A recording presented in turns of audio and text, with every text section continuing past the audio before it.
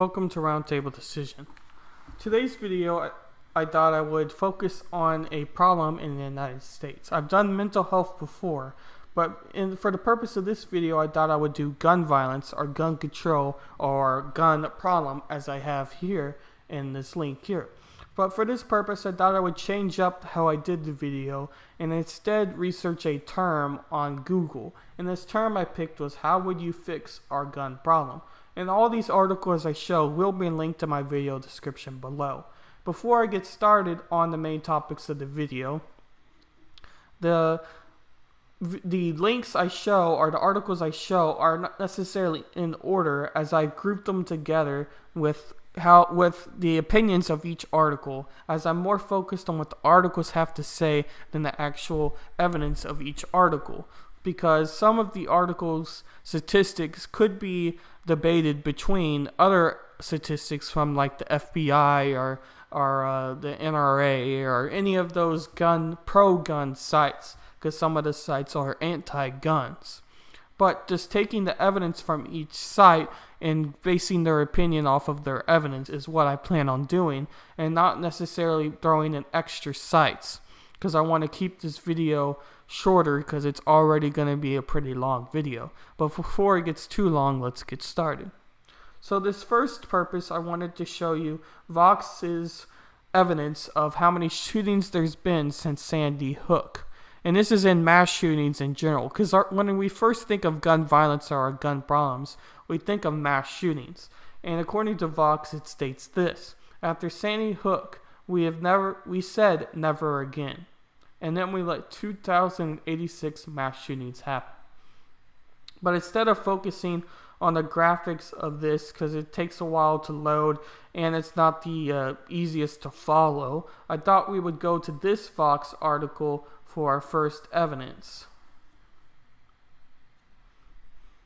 So starting with the headline, America's unique gun violence problem explained in 17 maps and charts. The first one says, America has 6 times as many firearm homicides as Canada and nearly 16 times as many as Germany. And it has a couple of countries, and I'm not going to read every single one, but I will read some of them. Australia, 1.4. New Zealand, 1.6. Denmark, 2.7. Ireland, 4.8. Canada, 5.1. Belgium, 6.8. Switzerland, 7.7. And the United States with 29.7. And this chart they composed is using United Nations data collected by Simon Rogers for The Guardian. And then their evidence for why this is the case is because the United States has more guns. As they say, the U.S. is the outlier on gun violence because it has way more guns than other developed countries, or other developed nations, sorry. The second point is America has 4.4% of the world's population, but almost half of the civilian-owned guns in the world. So basically, the U.S. owns a hell of a lot of guns. The third, there has been more than 1,600 mass shootings since Sandy Hook. And from the first article of evidence, you saw that statistic already. And they're stating that that's from the Gun Violence Archive database that has tracked mass shootings since 2013, as you can read here. And they say their evidence from this tracker is this. So Vox states, the tracker uses a fairly broad definition of mass shooting. So this is where the number could be buffed. As I stated at the intro in my video, I'm not necessarily looking for other articles to disprove points of each article, more trying to figure out what their main point of each article is. It includes not just shootings in which 4 or more people were murdered, but shootings in which 4 or more people were shot at all, excluding the shooter. Even under the broad definition, it's worth nothing that mass shootings make up a tiny portion of American firearms death, which totaled nearly 39,000 in 2016 alone. And firearm deaths are deaths from suicide or murder, where it's not necessarily a mass shooting where more than 4 people, according to this definition, are killed. And this is the most surprising statistic going off of those evidence, and it kind of brings it up to terms if you believe the evidence that Vox and others are proving. And the fourth point is, on average, there is around one mass shooting for each day in America. And under, it says 336 days, 355 mass shootings. And then it highlights in numbers where these mass shootings happen. And then it says, I'll start with this. I'll start with the second paragraph. Even though this first paragraph is a paragraph to read for understanding of what's listed above, but I don't think it takes a lot to understand what the evidence was saying. So I'll just start with this second paragraph. But if this argument is followed to its logical end, then it will just about never be the right time to discuss gun control. And as I've said, if you go to your opinion above, basically what he was saying was gun control only wants to be talked about when something isn't happening. So when something's happening, it's hard to talk about gun control because there's too many people affected. So what Christopher is arguing from is if we wait for gun control or gun violence not to happen, it will never be solved because it's always happening. And I'll go on to read the rest of what he says. Under the broader definition of mass shootings, America has around one mass shooting a day. So if lawmakers are forced to wait for a time where there isn't a mass shooting to talk gun control, they could find themselves waiting for a very long time. And this fifth point is also a point what FBI and other statistics I have found to be somewhat of a controversial claim. But again, as I stated in the intro, we're going off of the evidence of each article. And it reads, states with more guns have more gun deaths. And then I'll read their evidence for it. Using data from a study in the Injury Prevention and the Center for Disease Control and Prevention, Mutter-Jones, put together the chart that shows states with more guns tend to have far more gun deaths, including homicides and suicides. This has been found across the empirical research within the United States. A wide array of empirical evidence indicates that more guns in a community leads to more homicide.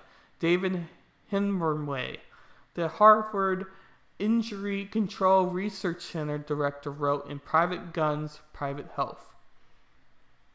The sixth point reads, it's not just the U.S. developed countries with more guns also have more gun deaths. And that graph you might recognize from that first Vox article when I was scrolling through their charts they had. This was the same chart they had in that first article I was scrolling through. The seventh point reads, America is an outlier when it comes to gun deaths, but not overall crime. So this is an interesting point. Although America has a lot of guns, as stated in its earlier point, we don't necessarily have a lot of violence compared to a lot of other countries. Countries would have way stricter gun laws, like Australia, tend to have more of knife violence or more violence in general compared to countries what do have more guns. And you could take that to whatever it is, but it is an interesting fact or interesting side point from that. And I'll read this paragraph right here. As Zach Benjochamp, I know I butchered that, but whatever, explained for Vox, a breakthrough analysis in the 1990s by UC Berkeley's Franklin Zimberg and Gordon Hawkins found that the U.S. does not, contrary to the old conventional wisdom, have more crime in general than other Western industrial nations. Instead, the U.S. appears to have more lethal violence, and that is driven in a large part by the prevalence of guns. So essentially, the U.S. has more harsher or violence, but countries across the world in the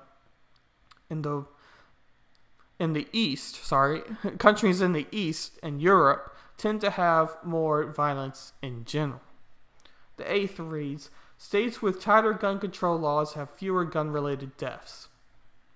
And I'll read the evidence for it.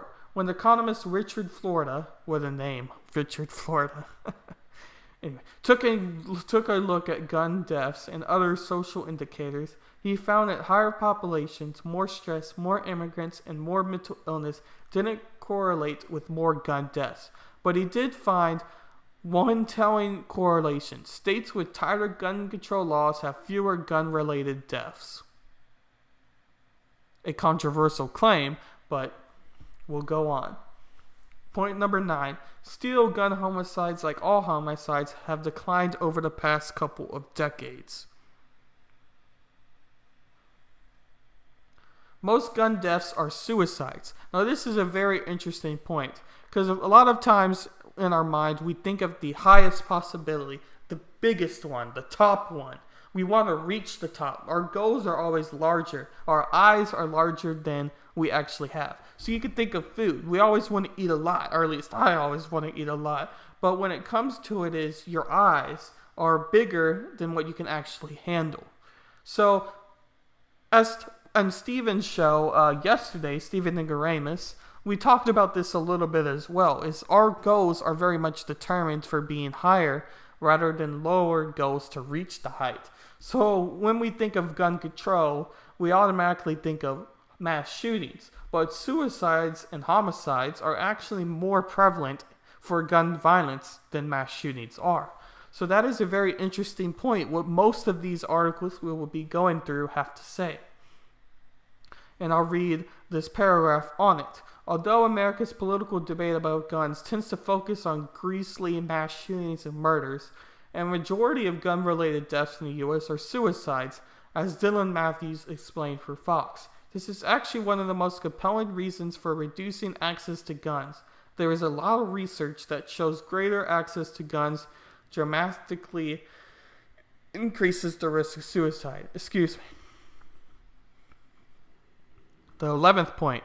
The states with the most guns report the most suicides. So most of these points are in general stating that more guns leads to more violence. I think we've heard that in at least 5 of these 11 points. But reading the evidence for it below, it says reported suicides between 2001 and 2005 in states with the highest and lowest rates of gun ownership. And so it just has a chart here of the graphs. But anyway, so that's the point there. The 12th point reads, guns allow people to kill themselves much more easily. Yeah, I'll read the evidence. This one's kind of hard to argue against necessarily, so I'll read what they have to say and see if I can think of anything after. Perhaps the reason to access guns so strongly contributes to suicides is that guns are much more deadlier than alternatives like cutting and poison. So basically, the point of this is reading that guns are easier to harm yourself because it's easier to do it, essentially. So poisoning yourself to death takes a lot of time. So does cutting yourself to death, or causing harm by cutting yourself, or causing harm by poison. But rather, guns is almost of immediate death. And I'll read this below what kind of supports that reasoning. Jill Friedemann, Vice President of Research of the American Foundation for Suicide Prevention, previously explained that this is why reducing access to guns can be so important to preventing suicide. Just stalling an attempt or making it less likely to result in death makes a huge difference. Time is really key to preventing suicide in a suicidal person, Harvey K. Freedom said. First, the crisis won't last, so it will seem less dire and less hopeless with time. Second, it opens opportunity for someone to help, for suicidal person to reach out to someone to help. That's why limiting access to lethal means is so powerful. And this is the last point I'll read details in, as the other points were kind of not necessarily related to the main article point I got necessarily. I would still suggest reading what they have to say because it doesn't take very long, and the points are interesting. But the 13th one reads, policies that limit access to guns have decreased suicide. And it reads this. When countries reduced access to guns, they saw a drop in the number of firearm suicides. The data above, taken from the study by Australian researchers, shows that the studies dropped dramatically after the Australian government set mandatory gun buyback program. So, real quick, the gun buyback program is essentially the government would give you money if you gave your gun in. And I want to say that in Australia, and I'm not certain on this, but If you know, you could always contact me on my Twitter or any of my social media platforms or Discord to back up what I said or to disagree, as well as comment, because I'm not entirely sure. But I believe they would give you back your value on your gun. So essentially, if you had a $1,000 gun and you turned it in, they would give you $1,000 plus more, so that you actually had a reason, money-wise, to turn in your gun. And in Australia, this tended to work, as Dylan Matthews explained. As he said, that Australian study found that buying back 3,500 guns per 1,000 or 100,000 people correlated up to 50% drop in firearm homicides and a 74% drop in gun suicides. So real quick before we move on from this Vox article, this article as a whole tends to state that our focus rather needs to be on suicide than the big picture of mass shootings. And a lot of these articles have the same sort of opinion. And I'll talk about that at the end of my video shortly. Sorry for that bump. Okay, so this second article is from a blog. And this one was a very interesting article because it's a very almost sarcastic read. And I'm just going to start with reading the headline. How to fix our gun control in America in 5 minutes. So I'll read this first one so you'll give a little bit of a context as to when this is written. As you can see here, it is older, but it's still on the top result of Google, July 16th of 2015. And it says, it's been a weird few weeks. The Supreme Court ruled in favor of healthcare subsidized and marriage equality, which is a bit like a drunken hippopotamus sweeping a gymnast competition with perfect scores all around. Not even sure I said that right, but you get the point of this article. So I'll start with the main points of this article and evidence he provides. So I'm going to skip quite a bit of the paragraphs because they're more opinion-based rather than fact-based, and we're really looking for what the article has to say more than what their opinions are. You see, the United States has a huge problem with guns, despite 6 in 10 Americans thinking guns make us safer. The evidence is overwhelmingly the opposite. As gun ownership rates rise or fall, gun homicides follow the same pattern precisely. As gun ownership rates vary by region or state, gun homicides vary right along with them. More guns, more murder. And then it shows this chart. And this is similar to the Vox chart, but this one's very hard to see. And the evidence is slightly older, as you can see here. So I was going to state this one here because I have an interesting point to point out for this article. And I'll read, this shouldn't come as much of a surprise, except for those 6 in 10 Americans who think this exact opposite of reality. If you are one of those people, you are simply wrong. And your wrongness is destroying America. But this problem can be solved. With racism. You see, if one America's hate more than the metric system is weird foreigners, just take a look at the century of America's cinema with Russian villains all over the place. So, I recently watched Rocky IV. I believe it was Rocky IV. I could be mistaken. But the movie with Draco, and this is Draco here, the young Draco, not Creed II where he is the father. But they portray the Russians as very hard-nosed, and they talk very short sentences, with broken English. And in the video, he says a lot, I must break you, or I will kill you. It's very one sentence quote direct lines of what Drago says to Rocky. And Rocky wins the fight, obviously. So it's ultimately portraying that the Russians, because this was during the Cold War when the movie was made, as bad person. They're bad. Look at them as bad. But although this could be a point of proving this author's point, and I can't see where the author is coming from with it, I don't think it's necessarily true. because cinema is cinema. And if you want to make a villain somebody what you're not going to root for, saying I must break you and I must kill you is a good way of obviously telling the hero from the villain. So I don't know if that example necessarily works. But going on. So in this article, it states that it talks about the image of Muslims because it wants to prove the point that racism is the problem with guns. So without really reading what it says, actually I'll read below and then I'll tell you, I'll sum up the other paragraphs. And this will be linked below if you want to read the entire thing. This photo comparison made the rounds on the internet, generally under the title Explain the Difference. But a lot of gun lovers claim that they could explain the difference quite easily, because one is a freedom-loving America, while the other is a freedom-hating Muslim. As far as the plan goes, it doesn't really matter if they are right or wrong. The only thing that matters is that they view one of these as fundamentally dangerous. They are happy to see white people getting guns, but they are absolutely horrified to find a bunch of Muslims doing the same.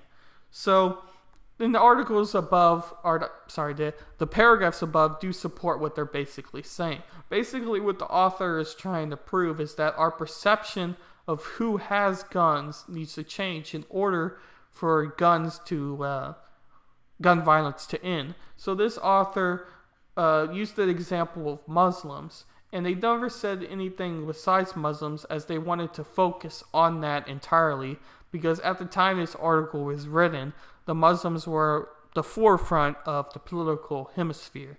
And now the forefront of gun violence in the political hemisphere is black people, or African Americans. So this author, I could see claiming the same thing of having a African American guy or African American woman holding a gun, and then a white woman holding a gun with the Bible and the American flag, and saying that the white woman who's holding the gun, the flag, and the Bible is more right than the Muslim who's holding the Quran and with their flag and a gun. I can't see how they could say that the black person is holding a gun and, wearing like loose hanging pants or whatever they might say is a problem for the black people. So I can't see what the author is saying, because the author is trying to say that our perception of racism for gun violence is the issue rather than the actual laws that are in place for guns. And while I do agree with that point some, I don't think that cops are people of guns are racist fully. I do think there is a very minor percent of the population who are racist and who do believe what the author is trying to say. But I think that amount of people is so small that it doesn't particularly matter as the whole of gun violence. Now, this third article is a very good article, and I would suggest reading all of this article if you get a chance, because I do think it brings up very good points of gun control and gun violence. But I'll read the headline of this one and then try to go through this article step by step. Gun violence must stop. Here's what we can do to prevent more deaths.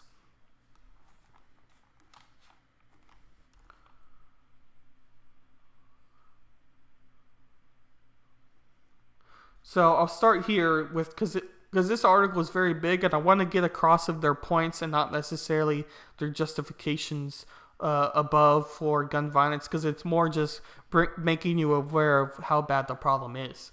So to keep the videos smaller rather than larger, I'll start with their actual points and just read this paragraph for content.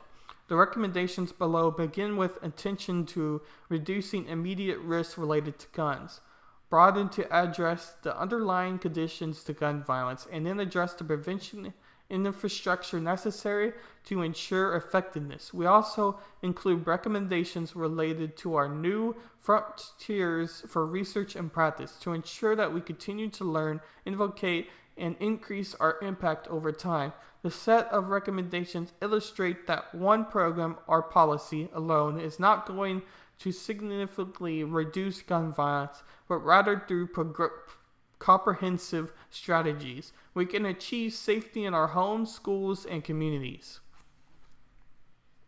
So it first starts with summary of recommendations. Gun safety reduced the immediate risk of lethal through sensible gun laws and culture of safety. Sensible gun laws reduce easy access to dangerous weapons. Establish a culture of gun safety. Now this is a big one. So as I've kind of already stated, I was on Stephen Ingrama's show yesterday, and we talked a lot about guns, or we talked a little bit about guns in the conversation. But he's a big guy on culture. He's a big person of culture and how people interact with each other. And I agreed with him. I think that although sensible gun laws will be a good thing, we need to change the culture around guns in order for really gun violence or gun issues or gun problems to really be reduced. So establishing a safe culture of guns would be a very good thing rather than trying to force laws down upon gun owners. So I'll read what their points are here. Reduce firearm access to youth and individuals who are at risk of harming themselves or others. Hold the gun industry accountable and ensure that there is adequate oversight over the marketing and sales of guns and ammunition. Engage responsible gun dealers and owners in solutions. Insist on mandatory training and licensing for owners. Require safe and secure gun storage. Underlying contributors to gun violence systematically reduce risk and increase resilience in individuals, families, and communities. Prevention infrastructure. Ensure effectiveness and sustainable of efforts. Support gun violence research. Ensure that the Centers for Disease Control and Prevention and others have the resources to study this issue and provide science-based guidelines. As you can see, I'm skipping some of them because I want to focus on the main ones I highlighted when reading the articles earlier. Health systems establish a comprehensive health safety in which gun violence prevention is a health system responsibility. New frontiers continue to learn, advocate, and increase impact through research and practice. Support healthy norms about masculinity. Now this is a big one. So in our political culture today, masculinity has been up and down over the political topics, with like the Gillette commercial where it was almost outright shaming the masculinity culture, and then you have other things that promote the masculinity culture. But anyway, so there's a lot of been feminism or a culture in the mass media which trying to knock down masculinity. But this website, Prevention Institute, believes that we should support healthy norms of masculinity, not overly masculinity, but healthy norms. So it goes on to say, explore the pathways between gun violence and helpful norms that have been about maintaining power and privilege. Implosive anger, explore the linkages between anger and gun violence. Now, anger and gun violence and exploring the links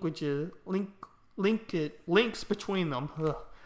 The links between them is a good way to understand more of mass shootings and gun violence in general, you could say, as most homicides from guns are from anger of a spouse or a family member or someone random who's discovered that person in their life and they later say no. You know, we all seen the investigation Discovery Channel stuff, or if you're a true crime fan, you know all about how anger ultimately can lead to the gun violence in an extreme sense. So exploring a link or a study between how it happens could be huge in figuring out how to control gun violence. Gun safety.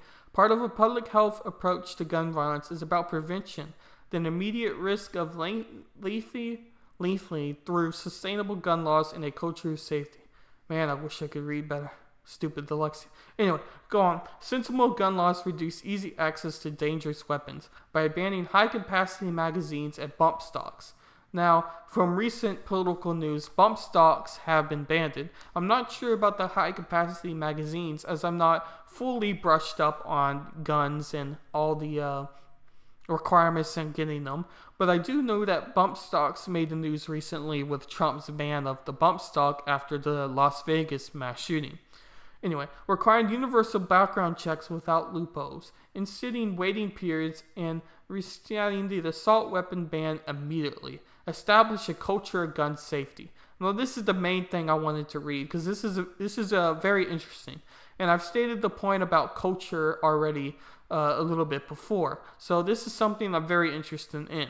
As a nation on earth with the most guns, we must make sure people are safe. Reduce firearm access to youth and individuals who are at risk of harming themselves or others. This includes keeping guns out of the hands for those who have been violent towards their partners and families, and those who have previous violent convictions. Whatever their expanding and legally assignment and background checks are supporting, domestic violence bills and gun violence restraining orders. So essentially, if you have a restraining order or a domestic violence bill at you, you should have your guns removed because these restraining orders create a massive amount of friction in that marriage or in that family itself. And again, if you've watched any true crime show or investigation discovery on cable television, you know that these restraining orders can be extremely frictionable, and the spouse can be mad at each other, and then the spouse has access to guns or has guns themselves. It could result in ultimately that person dying as a result through this intense conflict.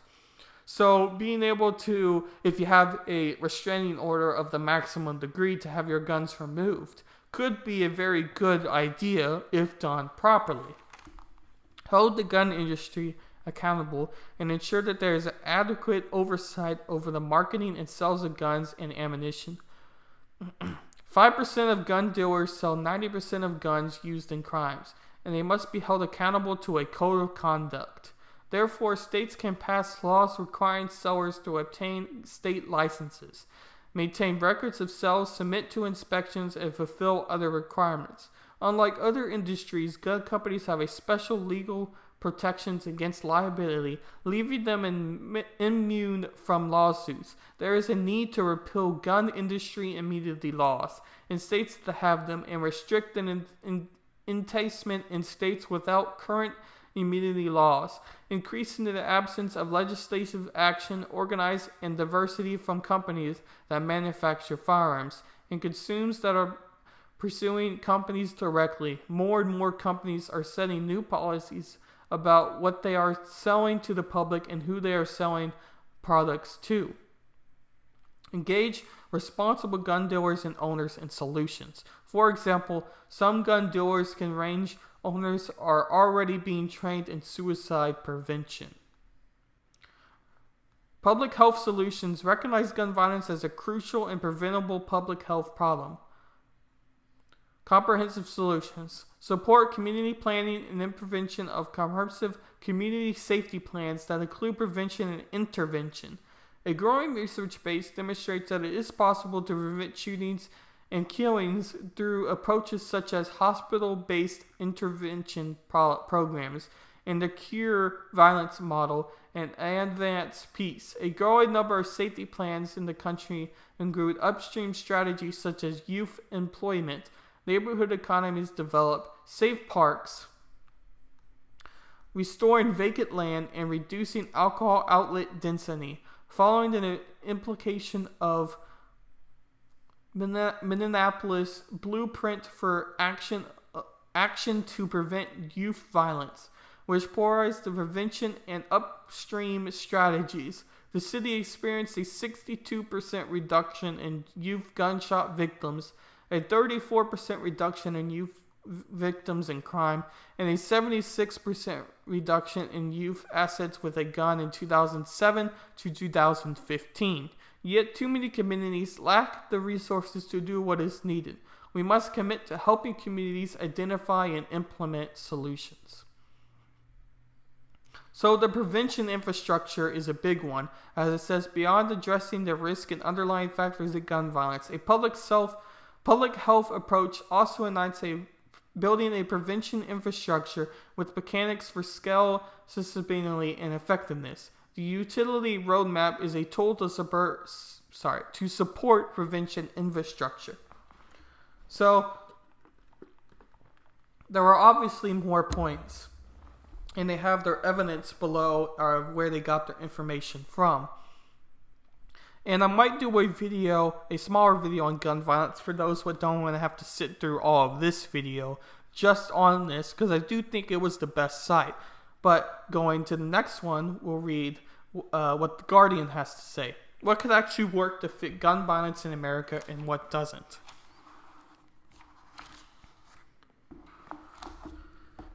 Okay. Sorry. The first step is to move beyond some of the intimate outrage proposals fought forward after each high-profile shooting. A ban on military-style assault rifle weapons might have a small number of lives, but is unlikely to make a larger difference. America's gun violence problem is much bigger than mass shootings, whose victims represent only a tiny percent of the overall toll of gun murders each year. What can be done to address this is much larger toll of gun violence, which leaves nearly 1,000 Americans wounded or killed each year.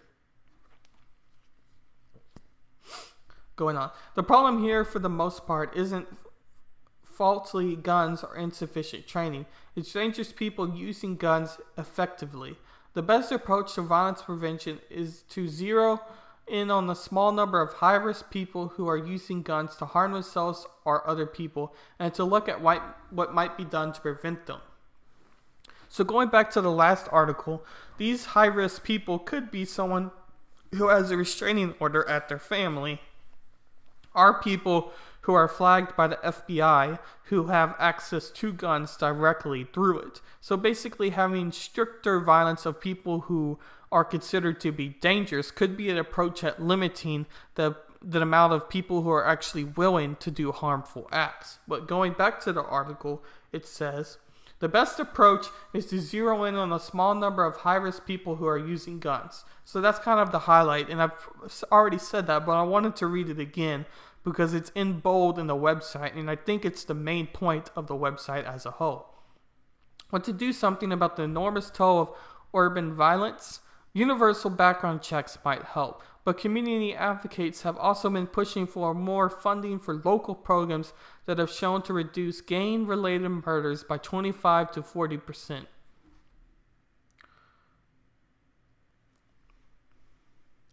So the first one, and I thought I would skip the next paragraphs and just talk about what they're saying by these smaller ones, because I think this is a big point of the article's solution for the main point what was stated above through its highlighted claim here. But it says, urban gang-related violence to the Boston case fire strategy. Chicago, Oakland, New Orleans, Detroit, decades of gun violence have had a devastating impact on some of the country's economy's struggling neighborhoods. The violence rooted in segregation, unemployment, mass incarceration, and the war on drugs can be seen as hopeless and ineradicable problem. But decades of Justice Department funded research has identified several promising strategies for reducing gun violence, not over the long term, but immediate, in a matter of months. Cities that have an in-depth analysis of gun violence problem have found something surprising. The majority of violence is driven by a very small number of young men. In Oakland, for instance, it's just 1,000 members of a few active street groups who are reasonable for most of the city homicides. The violence was not fueled by turf wars or drug business, but for the most part by long-running feuds and arguments among those groups of young men who engaged in other illegal activities. There are not easy partnerships to form, and often require adjusting police departments' leagues of racism and failed violence prevention strategies. But in Boston, the Case Fire Coalition led to a 63% reduction in monthly youth homicides, a sudden drop in violence due to the Boston Miracle. The strategy has been repelled across the country, but has often struggled to sustain itself as the police chief and mayors change, or as old funding sources dry up. The strategy's typical results, according to sociologist Kenneth Brand, are a reduction in the range of 15 to 35% in total homicides and 25 to 40% in gang or group involved homicides. This is a dramatic impact for local programs. How could cities maintain the results? Though it is unclear, the program's effectiveness have been studied short-term of the Case Fire site. So the Case Fire site is essentially a program focused on deterrence strategy, first launched in Boston, as it says there. And it ultimately focuses on smaller groups of people who are believed to be possible to do violence or have done violence, such as that gang evidence what was demonstrated before. Domestic violence tougher state gun laws. Each year, an average of at least 760 Americans are killed with guns by their husbands, wives, ex-spouses, or dating partners, according to Associated Press analysis of FBI data. Again, that goes back to the points of this article and the article before it about potentially restraining orders being a ground of focus for removal of guns. And I do believe that some states do require, if you have a restraining order, to have your gun removed. In this other one, it was an interesting point I thought I would highlight on, and that's Suicide the Gun Shop Project, as this headline reads. And it goes on to say, 2/3 of gun deaths in the U.S., roughly 20,000 each year, are gun suicides. In states where gun ownership is higher, see dramatically higher gun suicide rates. Many of the victims are older white men. And I'll highlight this point here. We can hold their guns for them, talk to them, get them counseling, and once it is over, be done with. We will give them their guns back in there. In rural gun-loving states like New Hampshire and Vermont, it's gun dealers and gun right advocates who are leading to change to prevent these kinds of deaths. There is not an anti-gun or valid anti-gun campaign. This is strictly versus helping ourselves, as Chris Bradley, president of Vermont State NRA Group. For many people, suicide can be an impulsive act, and easily access to firearm in a moment of crisis can be deadly. The Gun Shop Project's strategy is to use friends, not law enforcement, to address that risk. It's like the Friends Don't Let Friends Drive Drunk campaign in a moment of crisis. We can hold their guns for them, talk to them, get them counseling, and once it is over, be done with. We will give them their guns back, and there won't be a stigma attached, said Eddie Cutler. And an interesting point on this, what's not related to this article, but it's a TED Talk. And I'll see if I can find this TED Talk for a smaller video I want to do on gun violence for those that don't want to sit through this, as I've mentioned before. But in this TED Talk, it was a paramedic who made this local team in her district, I guess you could call it, of people who were paramedics, doctors, police officers, and there was one other one I can't remember right now. But essentially it was like people of high level of order, like police officers and firemen, who would go to these people who have had problems with drugs. Because she realized that a lot of her clients who were, who were sick a lot, were using these drugs. So she thought if they had a local, more like group-based atmosphere of one of sharing and not so much enforcement, like the law tends to be, that the issue might be fixed. And according to her TED Talk and what she said in it, the issue was getting fixed. And it was a remarkable thing to see. So this next thing talks about mass shootings as a whole, even though that's not really what the article is about. But so essentially this article wants to take more of a smaller group focused on how to change gun culture and gun laws around the gun culture to ensure for a more longer lasting effect rather than enforcement of hardened police officers.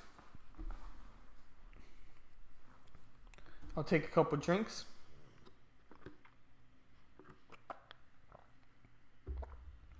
We should start looking at ways to reduce death that have nothing to do with gun control.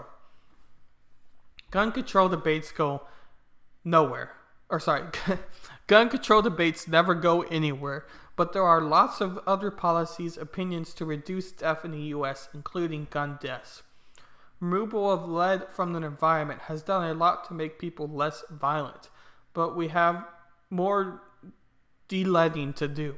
Safer roads, better alcohol policies, even putting lithium in water.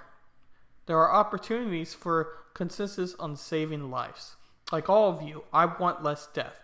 So Wednesday's mass shooting has me reflecting on the enormous and tragic social costs associated with lead. So this first couple of things talk about lead and its evidence for how it's caused violence. And in particular, the shooting, what happened from it. And this one was kind of hard to understand myself. So if you want to read it, it will be linked. But instead, I thought I would focus more on its gun-related evidence rather than its more environmental evidence. And you might have an interest for what they have to say environmentally, but I thought it was more of a point of we should rather be putting our money on this rather than guns. And that is an approach to have for guns. If you don't think guns should be the biggest concern, there's no issue with that. But I thought I would, again, focus on the part of guns more than the part not about guns. Gun control is not a promising avenue for anti-death agenda. My view on gun control largely aligns with Dylan Matthews at Vox. The U.S. has a high rate of gun death principally because we have an extremely high rate of gun ownership. And even the mainstream Democratic agenda on gun control complements that extremely high rate of gun ownership counting. In the context where a large fraction of Americans want to keep guns in their homes and where the legal prevention in that adult should be able to own a gun unless the state can demonstrate that a person's unfitness in advance. Policies that aim to ensure the wrong people don't get guns are only ever going to moderate effectively. And we have already have some of those policies in place. Gun ownership is a constitutional right. It can't be denied, but not simply because a government official gets a tip, but official gets a tip, but about you and decides you seem suspicious. If the suspicious person hasn't been convicted of a felony or a violent misdemeanor and hasn't been institutionalized, what are those pre-reports the president says we need to be going to do? Alright, all that said, I agree with Matthews that more effective gun control operating within the U.S. culture and constitutional context that permits a right to own guns might save several thousands of lives a year if they're politically feasible to pass such controls. Closing background checks expectations would cause so much dangerous people not to get guns who currently do.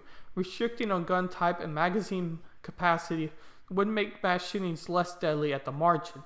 Perhaps most efficiently, adding some hoops like waiting periods to gun purchases could cut down on gun suicides. And several thousand lives a year would be a good thing, but there are a lot of policy options available to save several thousand lives a year, many of which do not involve the cultural flashpoints and policy resistance inherent in the gun debate. So when gun control debate ends, and all others do, with highly politicized active gun owners organizing to block of new restrictions, with new voters not pushing lawmakers for siding with these gun owners, instead of throwing up our hands, it's worth thinking critically about our ways to reduce violent crime and promote death. Here are some promising policies that make less people die. So he goes on for his policies to mention that traffic safety, substance abuse, and chronic disease management and lead are things we should rather be focusing our debate on rather than guns. Although, like he said in his article, that some of the points that the Vox editor and himself agrees with, or Vox writer agrees with, would help, he thinks a focus on other things would directly help gun violence or result in the culture of gun violence changing. Now for the Median article. Gun violence isn't the problem. Violence is the problem. In America, we have the right of free association. In America, we have the right of free association. In fact, it's cherished in the First Amendment of our Constitution. I support the free accusation. I support your right to buy from whom you want, to associate with whom you want, and to not associate with whom you don't want. You can boycott Delta, not watch Oprah, not talk to your neighbor, and not friend me on Facebook. I think that's great.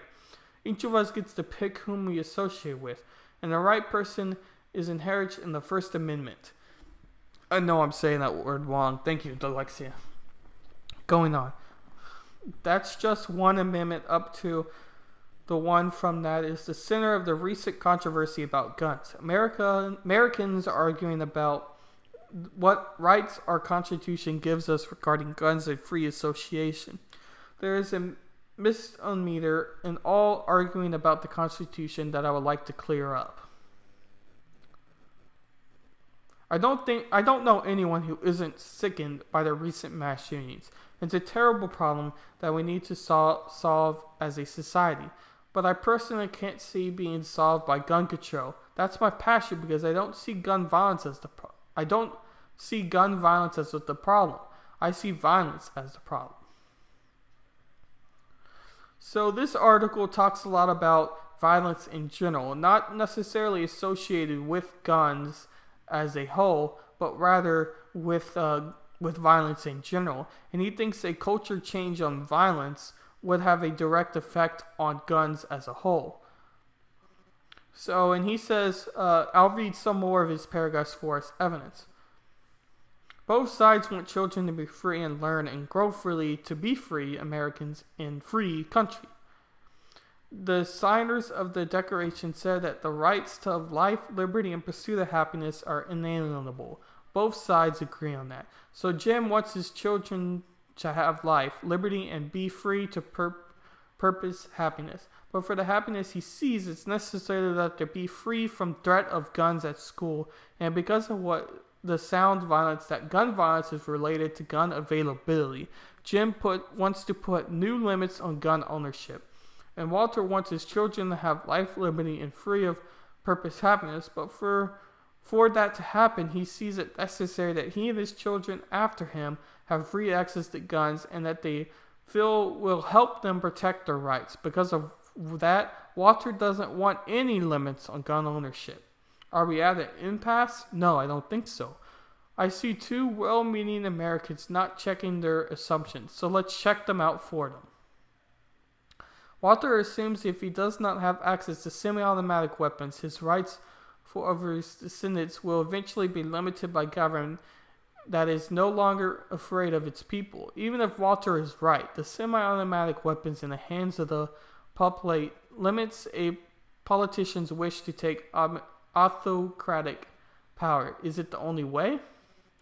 Let me talk to Walter. Walter, you're right. Bullies don't mess around with might be strong, and the millions of Americans with AR-15s are probably moderating force for any politicians who wants to take power. If we thought people to use conflict resolution instead of appealing to a more powerful authority to fix their problem, maybe we could create a non-violent society where it doesn't matter how many guns there are, where or what kind. Will you help me with that? So this is his main point of the article.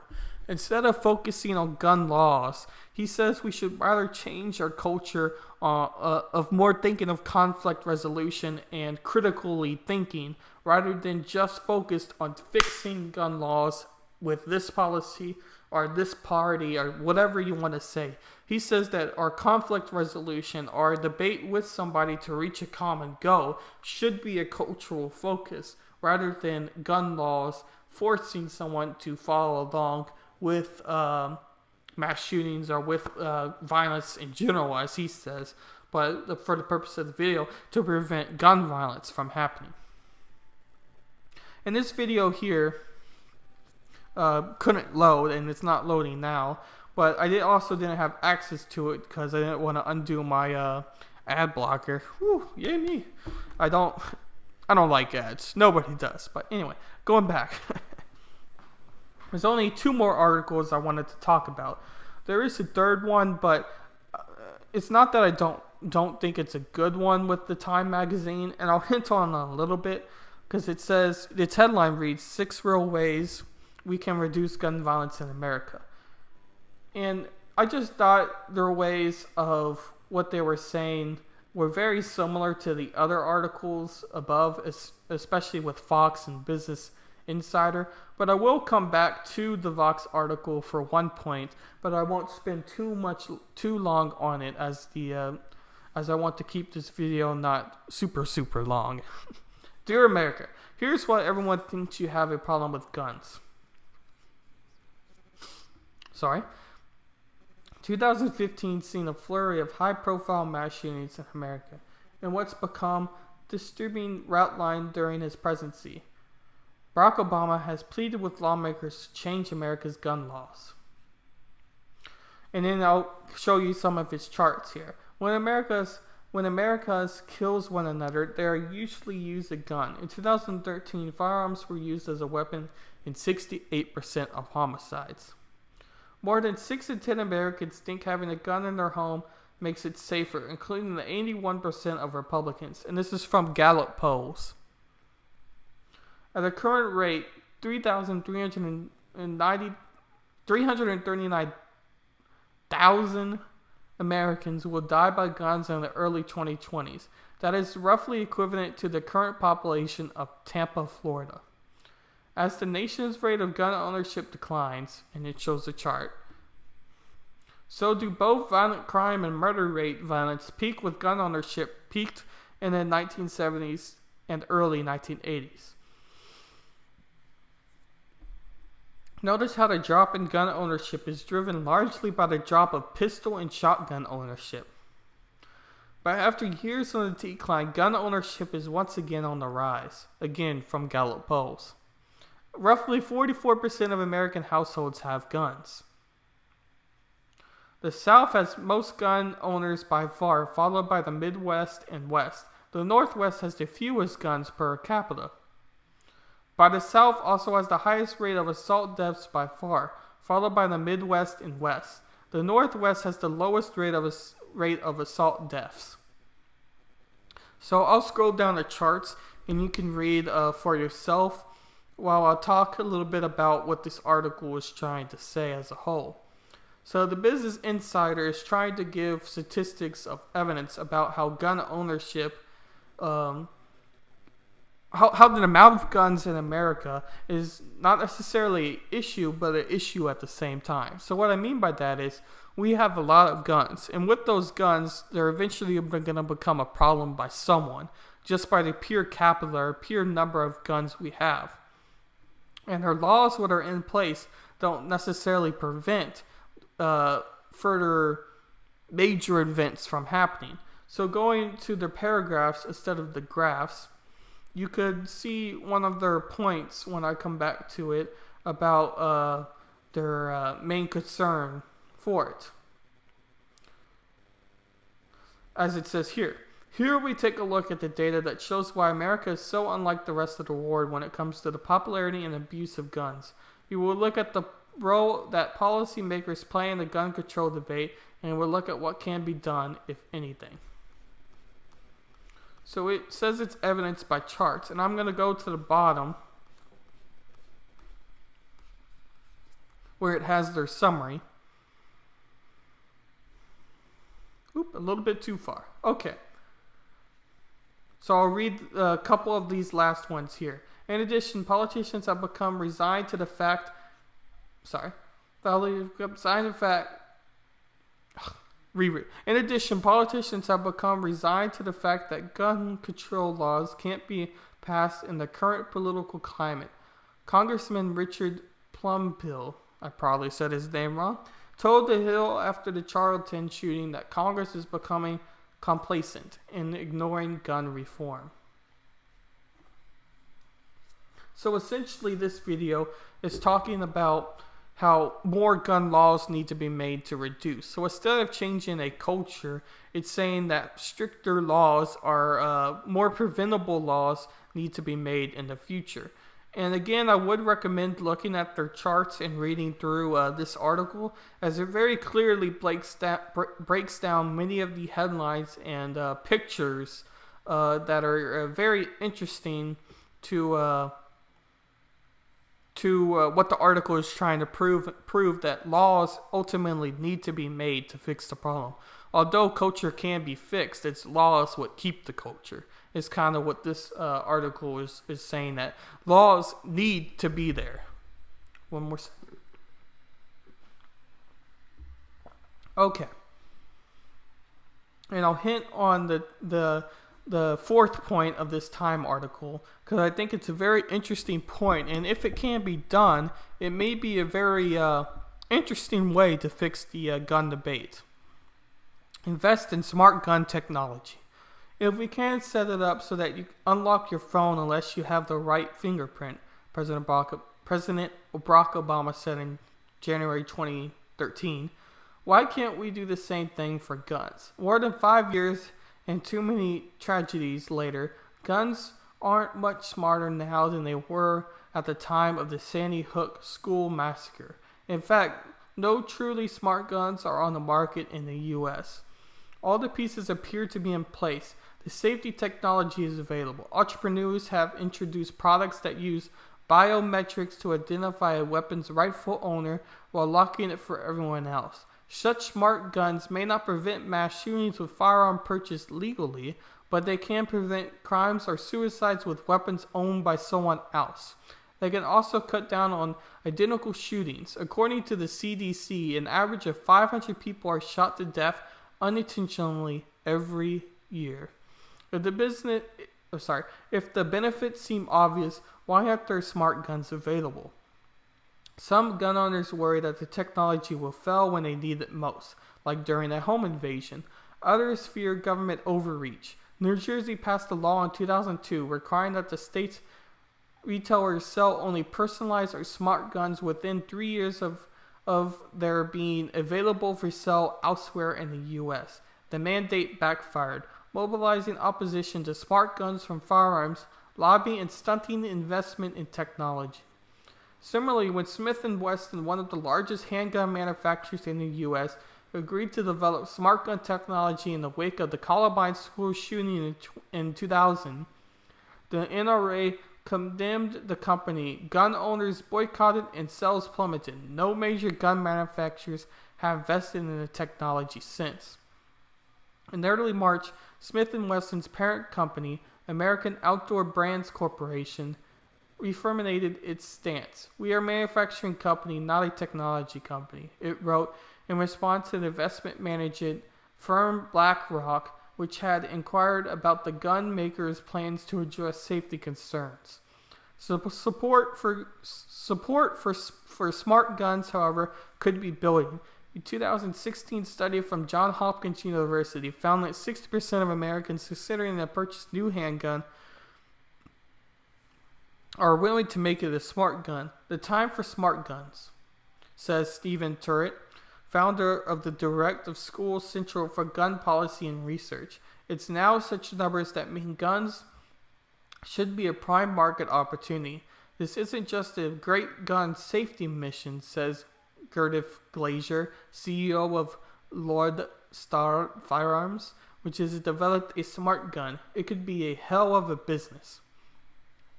And I'll read the bullet points of Time article as that was their fourth point. Their fifth is eliminating funding restrictions on gun violence research, end legal immunity for gun manufacturers, and then above the fifth point it says above the fourth point, doctors can help reduce gun violence.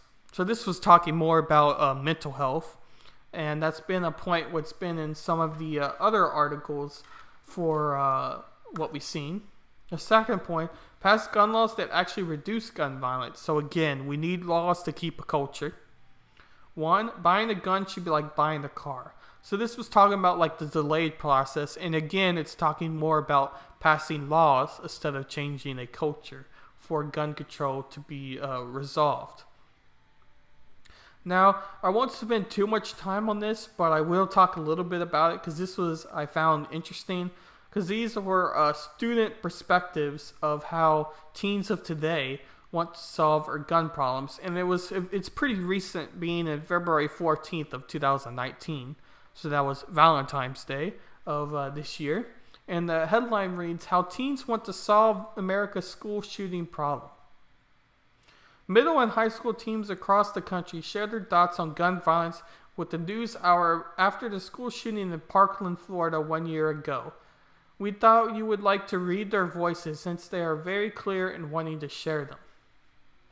And I highlighted a couple I wanted to respond to or read to you. And there's a lot more, and I'm not going to spend too much time on this. But again, I would suggest reading this if you want to hear what the youth of the nation says about guns. I am a proud supporter of the right to own a firearm. Notice I said firearm and not a weapon. I am a proud supporter of the right to own a firearm. Sorry, I just read that. A weapon is something used in a harmful manner. Firearms do not kill people. Ignorant people do. To start with, yes, firearms need to be regulated. Fully automatics are not needed. Bump stocks really don't matter because with a semi-automatic rifle, the rifle fires as fast as you pull the trigger. As far as security, schools should have only one entrance and teachers should be given the choice to be armed. Not all educators need to be armed, and no one should be required to do so. Part of the application should include a mental health assignment and a background check. Another person said, a multi-pronged approach to guns is needed, not changes to the Second Amendment.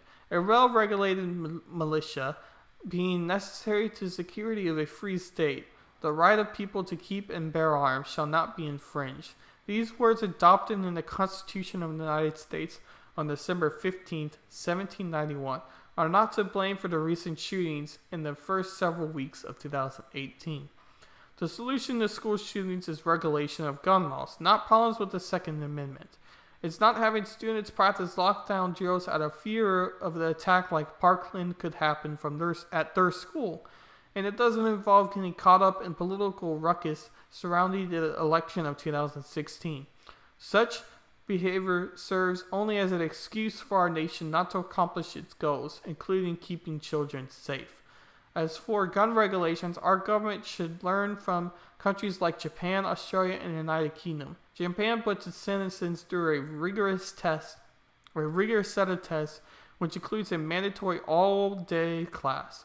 From there, they might take a written test, take a 95% accuracy on a shooting range test, and a mental health evaluation and a background check. And I thought this one was kind of a little annoying, but I'll still read it and you can have your own opinion for it. White privilege is real, and Parkland was a clear example of it. The problem America has is that we give everyone a gun without any mental health testing. We need to be more like countries and require screenings. You can't blame an entire problem of gun violence on mentally ill either. We need stricter laws when it comes to gun control. Also, it should be illegal for a politician to take money for organizations such as the NRA. Politicians who choose money over children's lives are hurtless human beings. After seeing an event on television, this incident made me realize that we just don't have a gun control issue. We also have a race issue. If the shooter was a different race other than white, they would have killed him on the spot instead of arresting him. Race should not be a factor when it comes to life or death.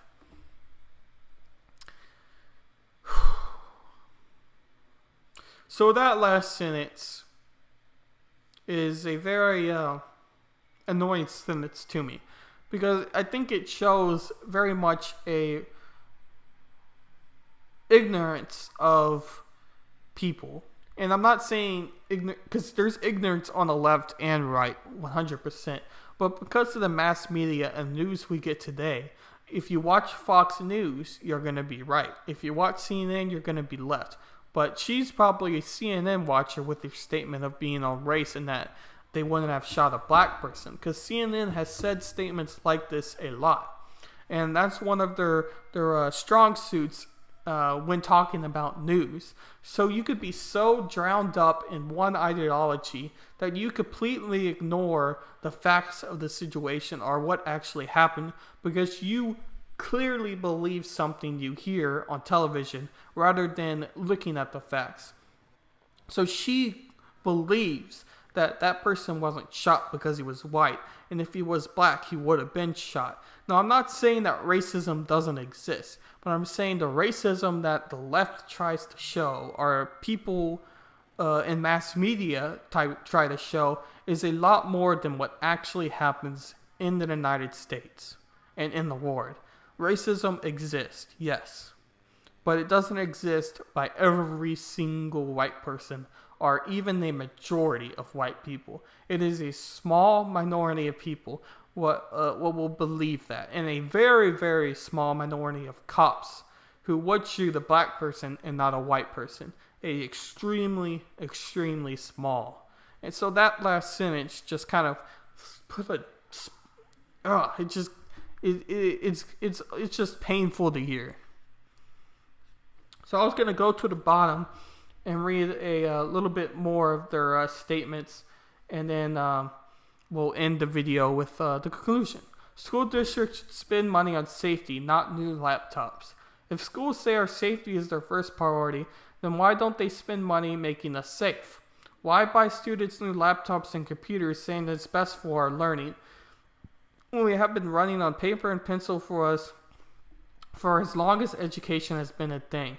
Get a stronger security system. Get us stronger communities where entire school districts don't have to shut down because someone's made a threat. Get us more school counselors who can help with kids who never really fit, who get more fun by other kids.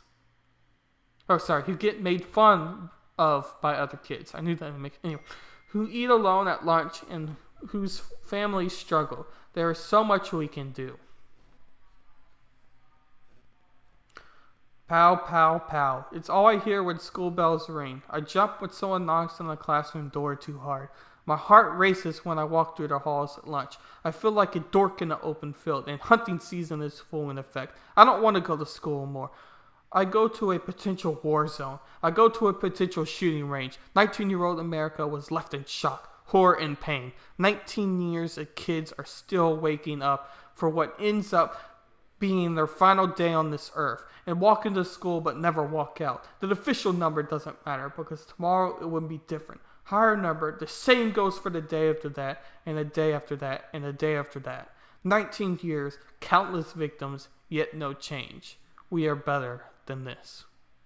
Although that was a very extreme, almost poem, it does highlight a point that articles I've said it here in the past have made, that with the Vox article, that if we wait to get a policy change, or if we wait to try to change the culture, we're never going to get it done because it needs to happen now. We need to tackle the problem instead of prolonging and waiting for something to happen. We need to take it. We need to take it on. Instead of being concerned or nervous about what a potential law could mean or what a potential strategy could do, we need to do it because this problem is bigger than what we all could have imagined. And one more, and then we'll close it out. And I'm looking for it right now.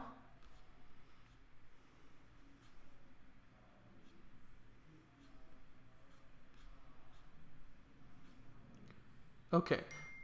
A majority of the country, 59%, say that we are dissatisfied with the nation's gun laws, up to 5% from last year according to Gallup. Yet this trend continues the voting record displayed by our representative leaders.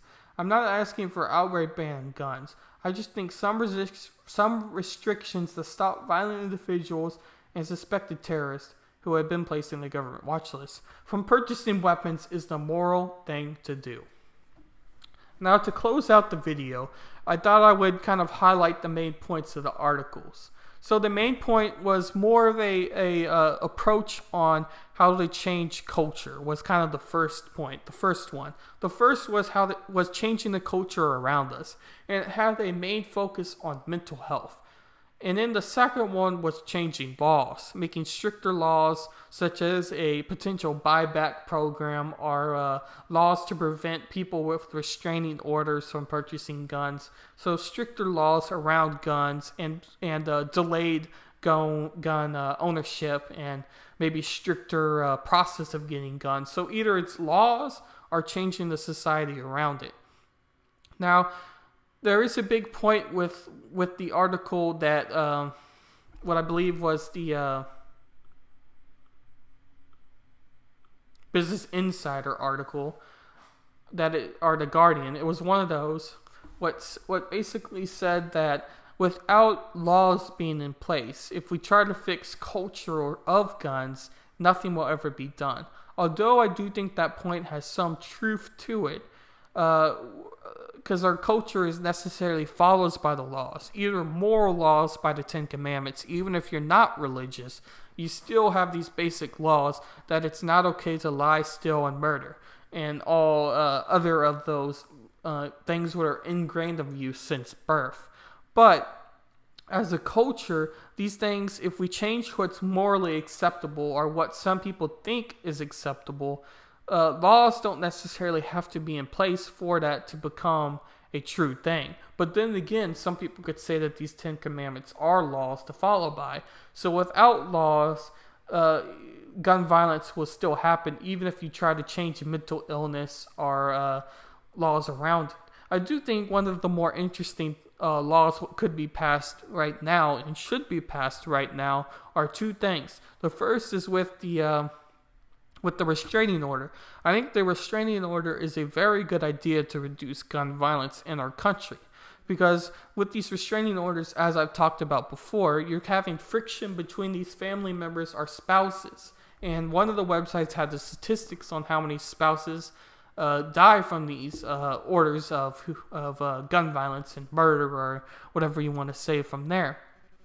So if you get a law passed what requires that person who has the restraining order against them to remove the guns, you could potentially be saving those lives. And it would be a change what would, I think, be able to get passed reasonably easy compared to some of the more like larger laws like a buyback program like Australia has made.